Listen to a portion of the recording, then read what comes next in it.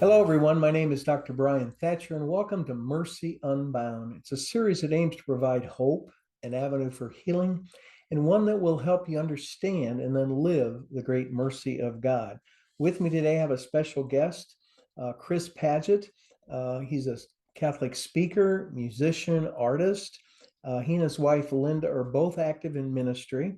And their website, Chris's website, details all this at Chris, Chris, Paget, Padgett.com. But today I asked him to come on the show, and we're going to talk a little bit about his book, Holy Marriage, Happy Marriage. You can get that at Amazon.com or Google, and it'll pop up. And we're going to talk about that. Chris, welcome to Mercy Unbound. Thank you. Yeah, what a blessing to be here.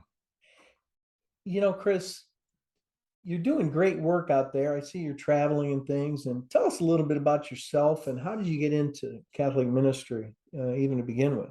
Sure.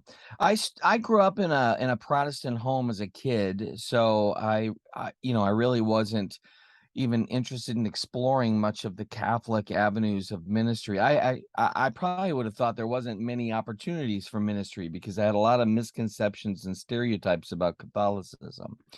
But I started a Christian band, and I did that for quite a while. And in that journey, I met a bunch of Catholics, and I realized there was such a richness in the faith. And as I studied, I realized, why maybe I believe some of this stuff. And my wife and I, we entered RCIA, and we entered the church Easter of 1999. So that was not on our to-do list, but we definitely were feeling like the Lord was calling us to something greater. And what I kind of felt in a way was that when I became Catholic, a part of my ministry vision and desires were dying because there was within the Protestant milieu the opportunity for me to become a pastor.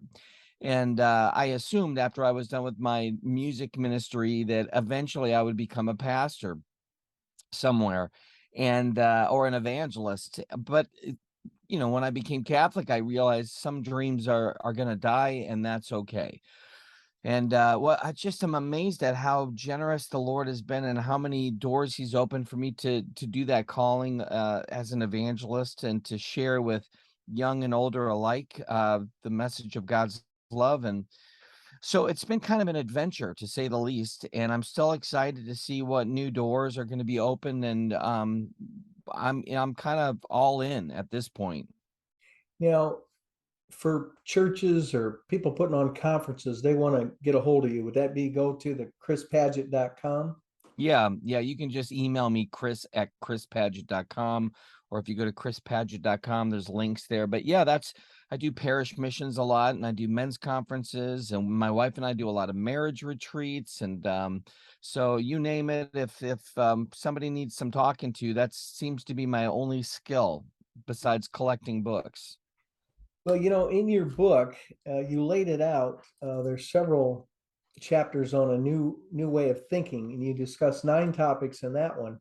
And I want to talk about a few of those if we could. You Let's start with freedom. And you state that the basic quality of a good marriage is freedom. Uh, my first reaction to that was, I bet many people in the world wouldn't buy that one because they think marriage is so limiting and constricting and takes away their freedom. And yet that's not true, is it? Um, No, actually, what's interesting to me is that freedom is so often misunderstood. People want to say freedom means to do what you want, where you want, when you want, but nobody lives that way. I mean, you would be in jail if you literally tried to live out that definition of freedom. We all have boundaries and parameters in our life. And really, if you look at freedom more as the opportunity to fully become yourself, that kind of gets exciting then.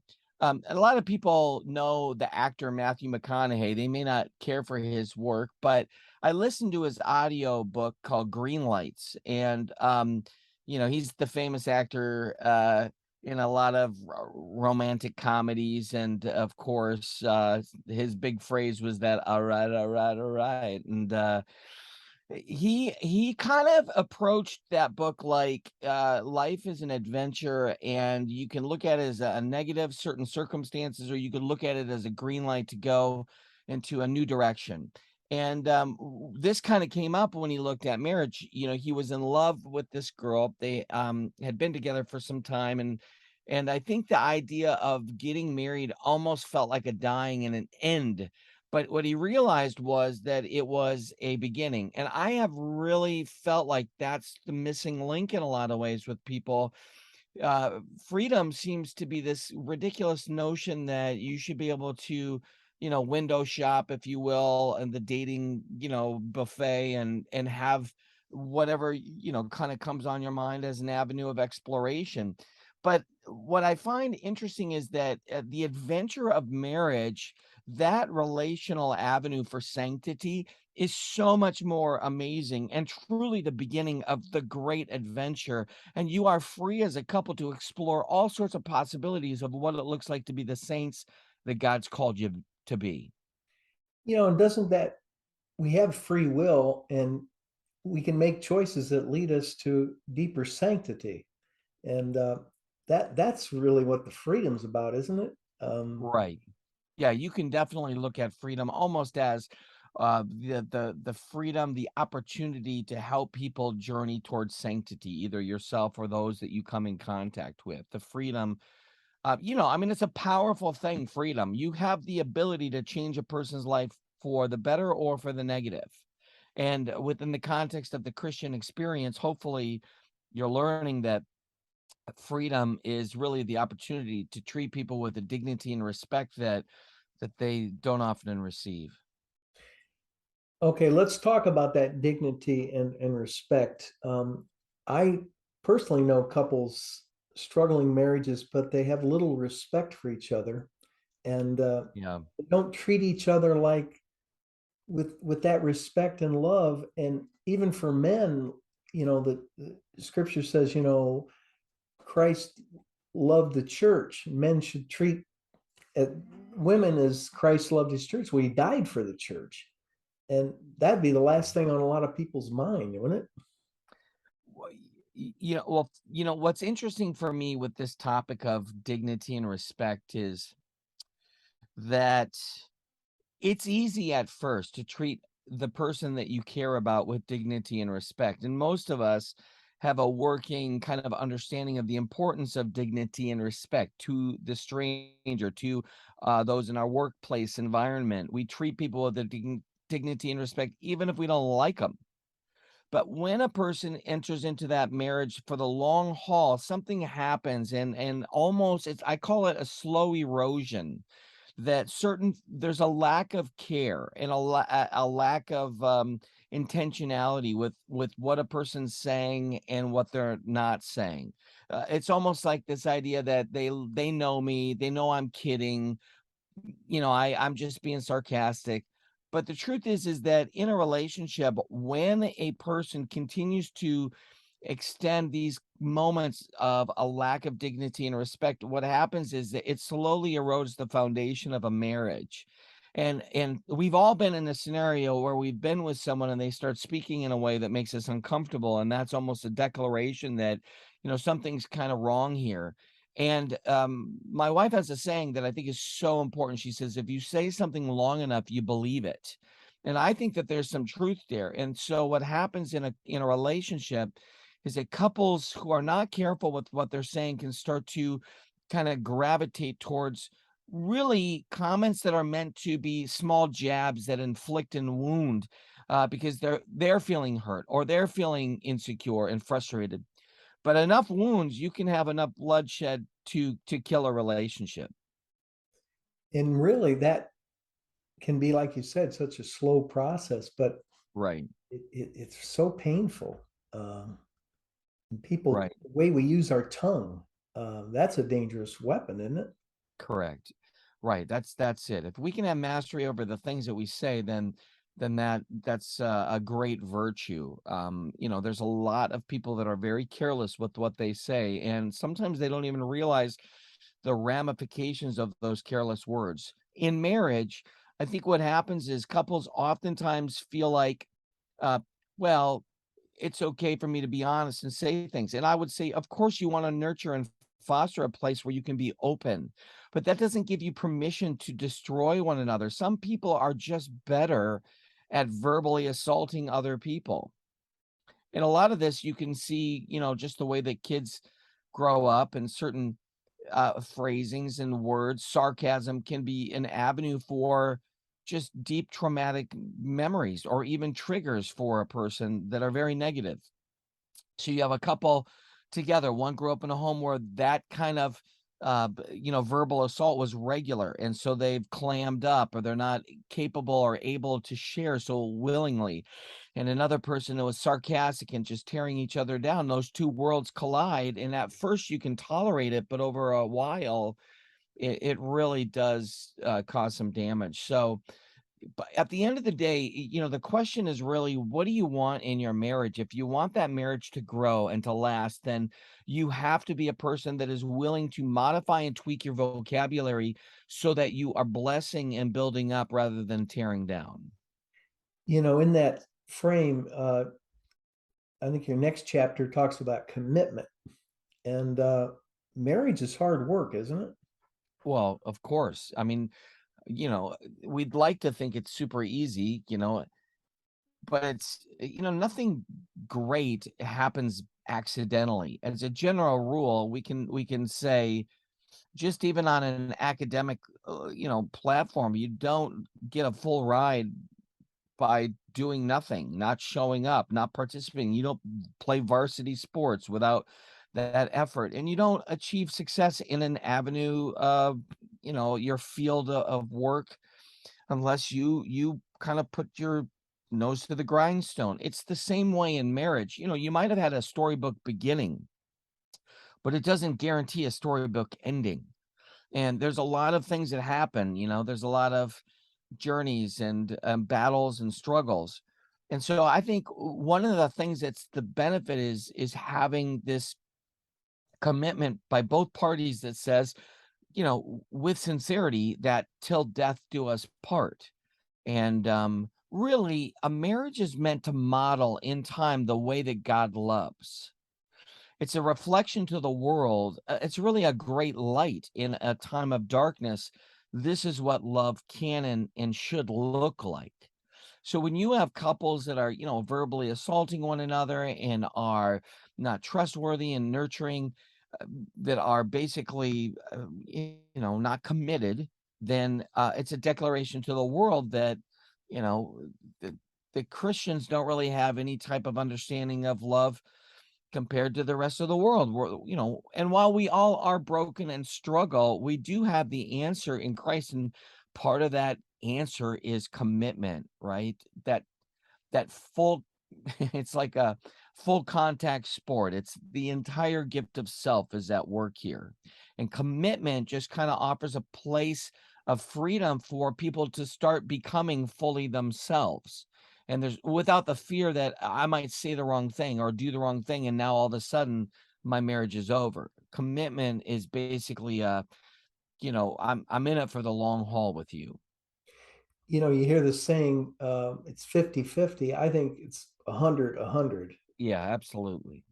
And even in my own marriage, I really realized that it's just every day is the opportunity for sacrifice and giving and loving. And you look at that Corinthians scripture on God is love, and it's a continual outpouring. It's not just what's in it for me, is it? Right, right. Yeah, I mean, it's kind of an exciting realization that love is not just heavy breathing. Yeah, yeah, yeah. So there's something more at work here. And I think at our core we know that. I do think we know that. Like nobody looks at, like some sort of I mean, I think we're all older people. It's a general rule recognize that infatuation is not love. So, there's something about love that like there's a difference between, oh, how I love the way his hair is. And just the realization that everywhere you go in your house, if you will, is a memory connected to this person that you've lived with for decades. This is what I like to say too, is that a marriage that's committed to one another has the possibility and the opportunity for a beautiful, longevity. And that has some scary components to it because there's nowhere to hide when you're with someone that long. When you're young and you're dating or you're first dating someone, you can always kind of use the charisma and pull the wool over their eyes a little bit or tell a joke to deflect. But when you're with someone for the long haul, they see the fullness of who you are, the good, bad, and the ugly. And the truth is that for many people, that's a terrifying possibility because they prefer to be not fully seen. Because why? Because what if they fully see me and know me, then they will reject me. But that's what I'm saying is that commitment is such an amazing gift to another person because it says, I do see you. I do see all that's, not great, but I'm still all in. And that is love. That's an amazing gift to another person. In the next chapter, you talked about self-control. And of course, the first thing as a man I think of is sex and self-control, but self-control hits so many other aspects of the marriage, doesn't it? Of course. I mean, think about any vice, a lack of self-control, and those vices can have negative ramifications. So, certainly, yes, of course, self-control. You want to be a person of purity and not messing around, sleeping around with other folks. That's just going to completely derail a marriage. But other things like, gluttony or pride or, sloth or fill in the blank, anger issues where you're yelling and screaming. You have to be a person who is nurturing self-control, and you're not going to accidentally be self-controlled. You have to begin the process of working at it. I will say this, that it is easy to be angry with someone and even easier to be angry at them again. So when you start the process of opening the door to certain vices, it is so much easier to allow the vices to have free reign in your life. And self-control is that muscle that, you're collaborating with the Spirit of God to implement a virtue to counter a vice. And that self-control is ultimately it's the virtue of temperance to control the appetites. And you don't automatically just get that. You gotta work at that and say yes to that.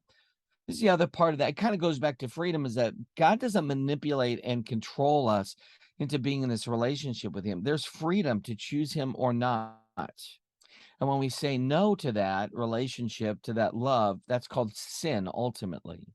In a lot of ways, it's similar in a marriage, that a person who's saying yes to a virtue such as self-control is saying yes to, I want, the better for my marriage.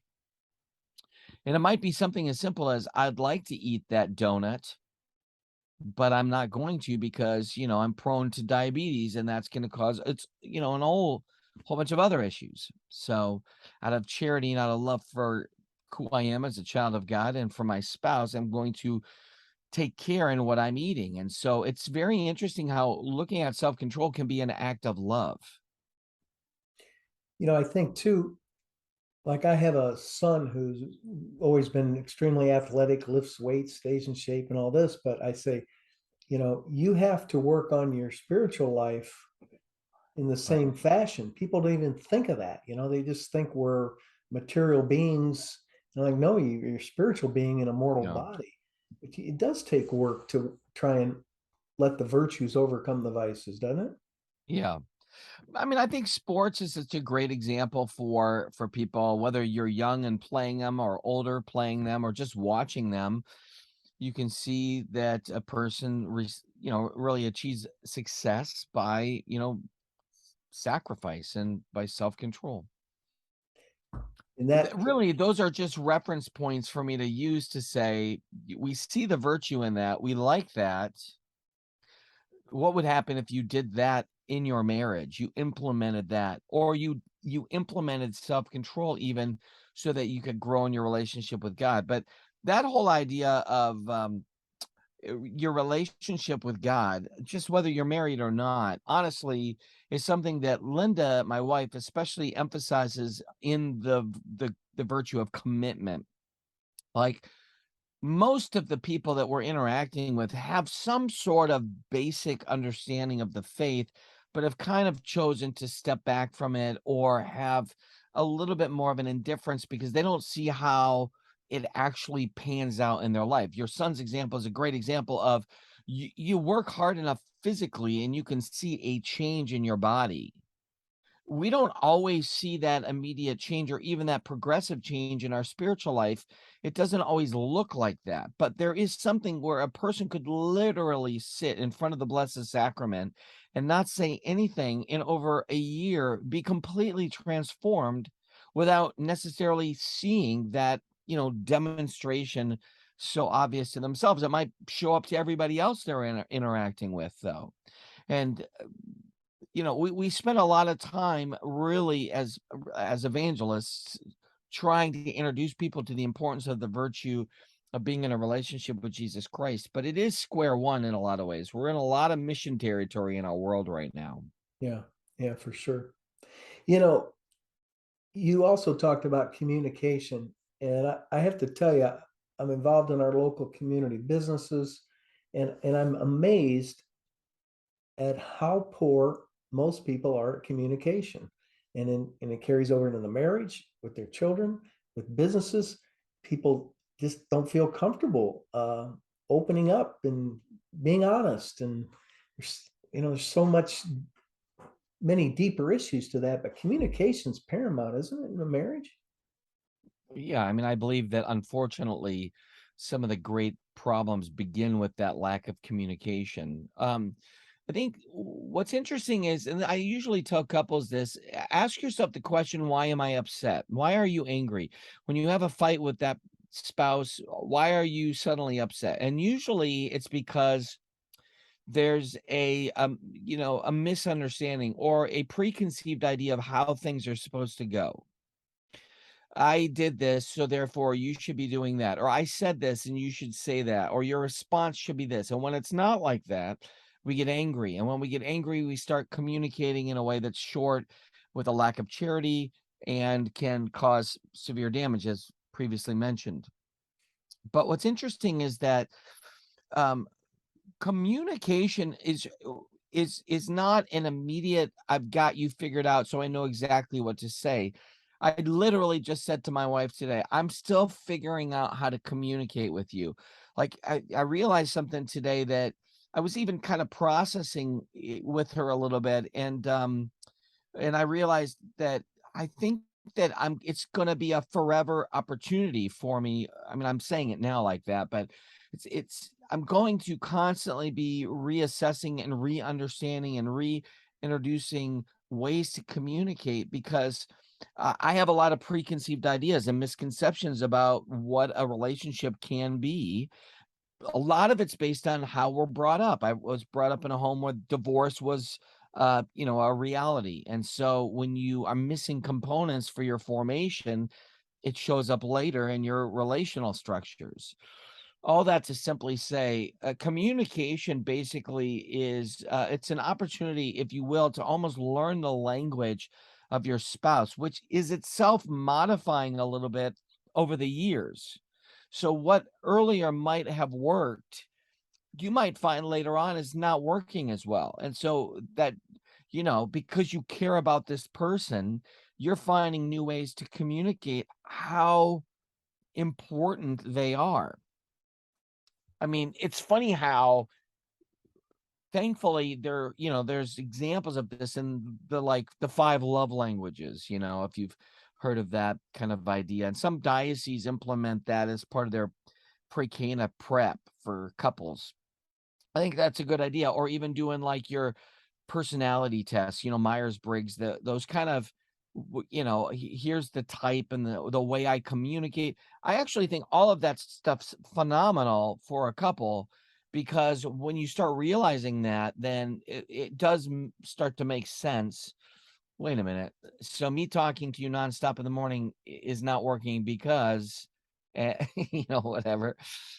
I think there needs to be a almost like a constant curiosity of what it is that makes a person tick, and also in the invitation of to another.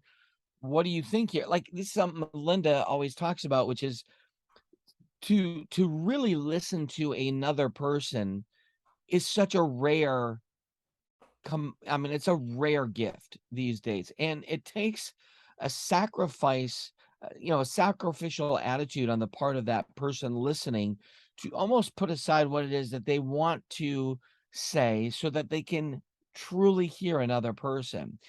Communication isn't just saying something, but it's also receiving. So I think the missing link so often is an inability to listen and almost an assumption that what I've said before will always just work. It's a kind of a living, breathing reality as you are. It reminds me of a priest friend I have who has the gift of presence to people, Oh, nice. and when people talk to him, they feel like they are being heard, that they're the most important, the only person in the world to that priest at that time. And one of my faults is when you're talking to me, stating your case or whatever, I'm thinking of the rebuttal while you're talking and Oh, not yeah. really hearing them. And I think that's a common problem for all of Oh, us. yeah. Absolutely. Right. And that idea of being in the moment, it's funny you say that because that's something that we've been talking about a lot as a couple and just how hard that is to do. Even a couple like together making that decision to try to be in the moment is very, very difficult. And I think, I mean, there have been a lot of saints that have kind of articulated that idea. Brother Lawrence wrote this book. It was a popular book by a guy named Brother Lawrence called The Practice of the Presence of God, I think is what it was called. I read it when I was not Catholic. And I found that to be such a fascinating idea. But what's interesting is that as a Catholic, this idea of being in the moment is such a consistent quality that I think you start seeing in the lives of saints.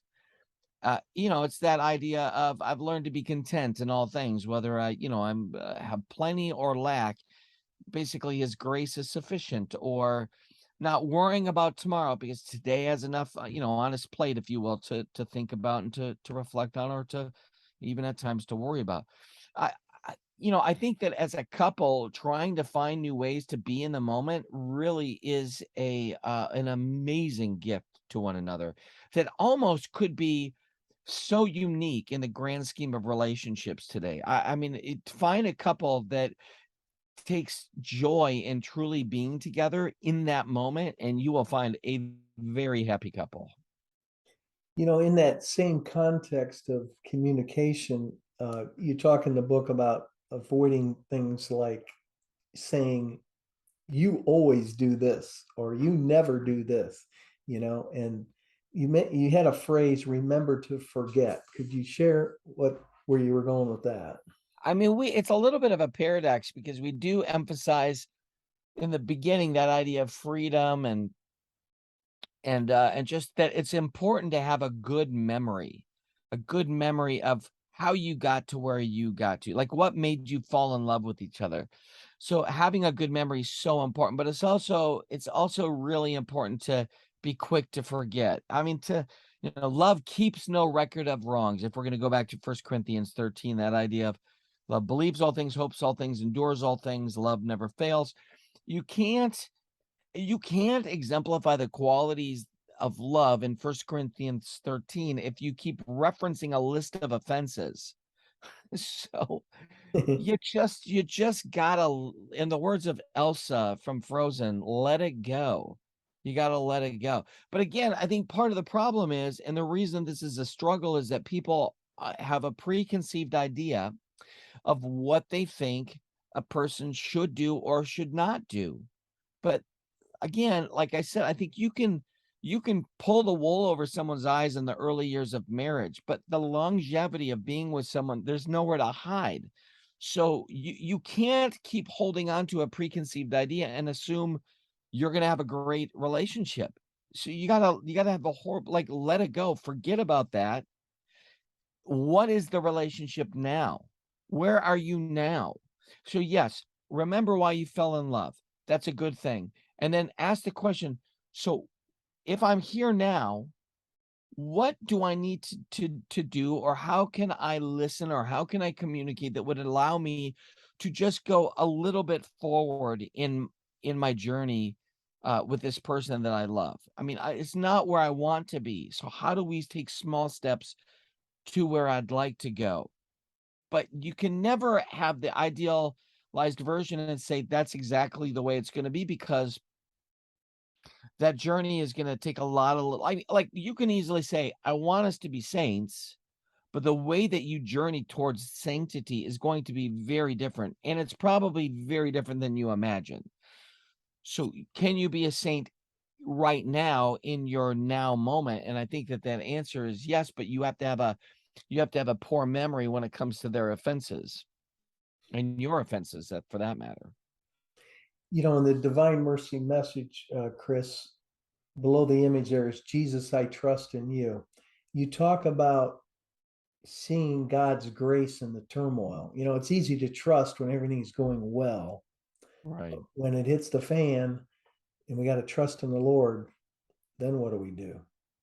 Can you share with us even experiences in your own life where it isn't it isn't easy?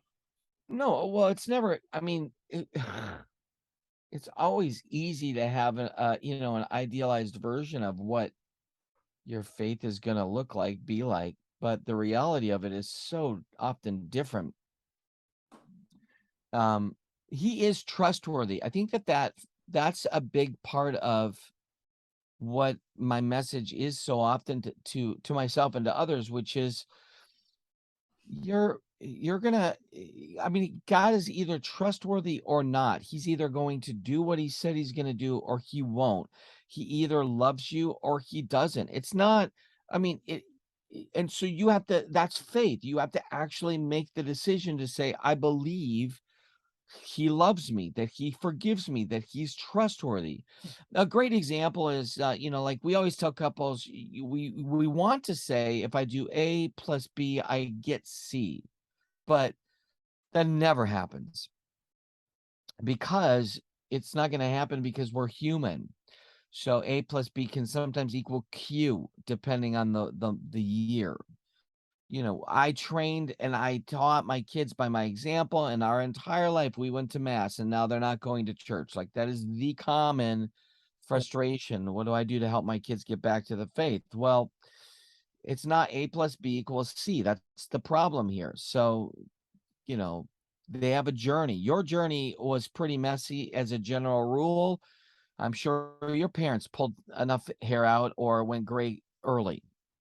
So, as God was with you in that crazy journey, so too is he with your child, and there's a great consolation in that. But I think uh our great example that we tell is the story of our daughter who became pregnant, who was not married, who was a teenager still, had just graduated high school, was in the beginning of college.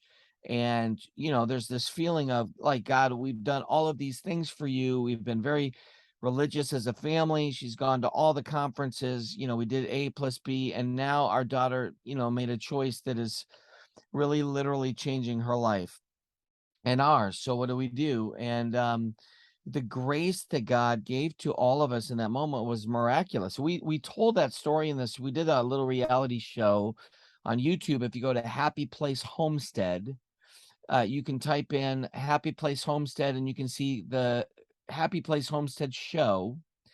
And there's this episode called Sarah's Story, and that's where we talk about that story where God's grace was so prevalent and evident in what was, in a lot of ways, one of the great fears for a parent, and even for a young girl for that matter.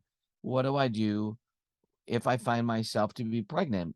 And that story is such an amazing declaration of God's mercy and forgiveness, and really what it looks like to be a pro-life family.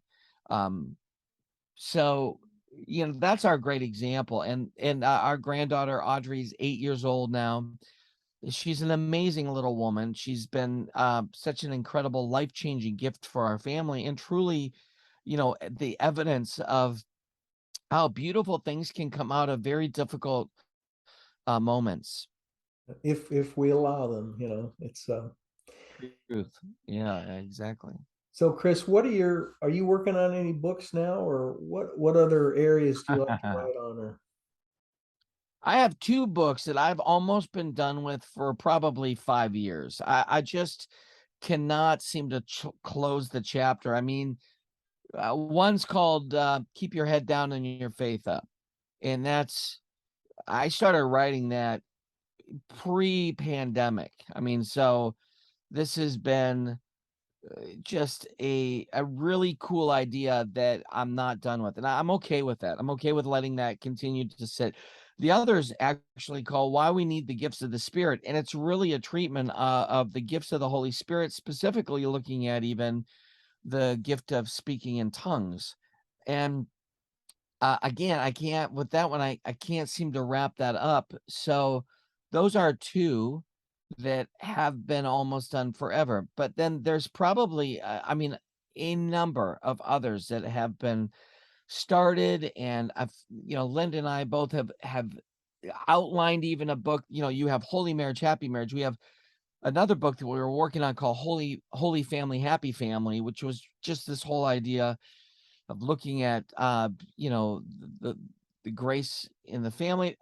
That we've done so much work in marriage and family that we've literally created enough content for a couple other books just on marriage alone. So I don't know what we're doing at this point. Part of the reality too is that Linda's getting her master's degree in counseling, and that's taking a lot of her time. And if truth be told, Linda's the organizational matriarch here in the ministry. If she's not behind it, then it doesn't seem to get done very fast. She's super type A, and I am super not type A. So we make a great collaborative, impact. But I've found that when she's not around, I'm not as inclined to get things out like I need to. So it's funny because even today I was thinking I got to do a bunch of video work, and I don't know. I'm kind of halfway set up with all my lighting here. Maybe I should bite the bullet and just do it. But I'm waiting, I think, for Linda to come and micromanage this moment for me. So this is a great flaw of Chris Paget here. So yeah, lots of stuff that probably needs to get wrapped up. Chris, when you go out, do you typically go out by yourself, or does Linda and go out by herself, or do you go together, or is a combination of all the above, or Yeah, it's a combination of both. Whenever I'm doing a marriage ministry, it's usually us together. I think that's kind of important. People seem to appreciate that. So there's a number of events coming up that we'll be doing and have done together. We've done this internationally. We've traveled around, and in fact, I've been in dialogue with some people in Australia. So we'll see if that works out for Linda and I to go do stuff there. We've done stuff in New Zealand, and tons of stuff stateside. Every month we do about 3 pre-Canas. We do all the pre-Cana retreats for Newark, New Jersey, and we do them for Syracuse, New York.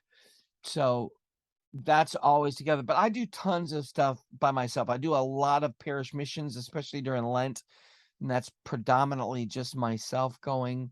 And I do a lot of youth events still, and that's just me. So I kind of I travel really well, and Linda does not like to travel as much. So we still have a 10-year-old at home, and so she's kind of really, keeping her finger on the pulse of the family. We have a lot of older kids that are married, kids that are in college that are interacting and working in our family still. So we have a lot of freedom to go, but we also don't want to have to reintroduce ourselves to the kids. But right? for my side of things, that this is all I've ever done pretty much for the family. So they're used to it. Chris, again, the book we've been talking about is Holy Marriage, Happy Marriage at Amazon.com, or you can Google. Any closing thoughts for the audience today you want to share with us? Well, I do think that I don't know where these fine folks are at. I mean, so just speaking directly to them. I mean, wherever you're at in your journey, the truth is that God's love for you is greater than your struggle and than your sin. It's greater than your misunderstandings and frustrations, that he's never abandoned you or forgotten you. And I just think there's something consoling about realizing that you're not too far gone. And I have a great heart for people that have felt hurt or even frustrated and disenfranchised with the faith.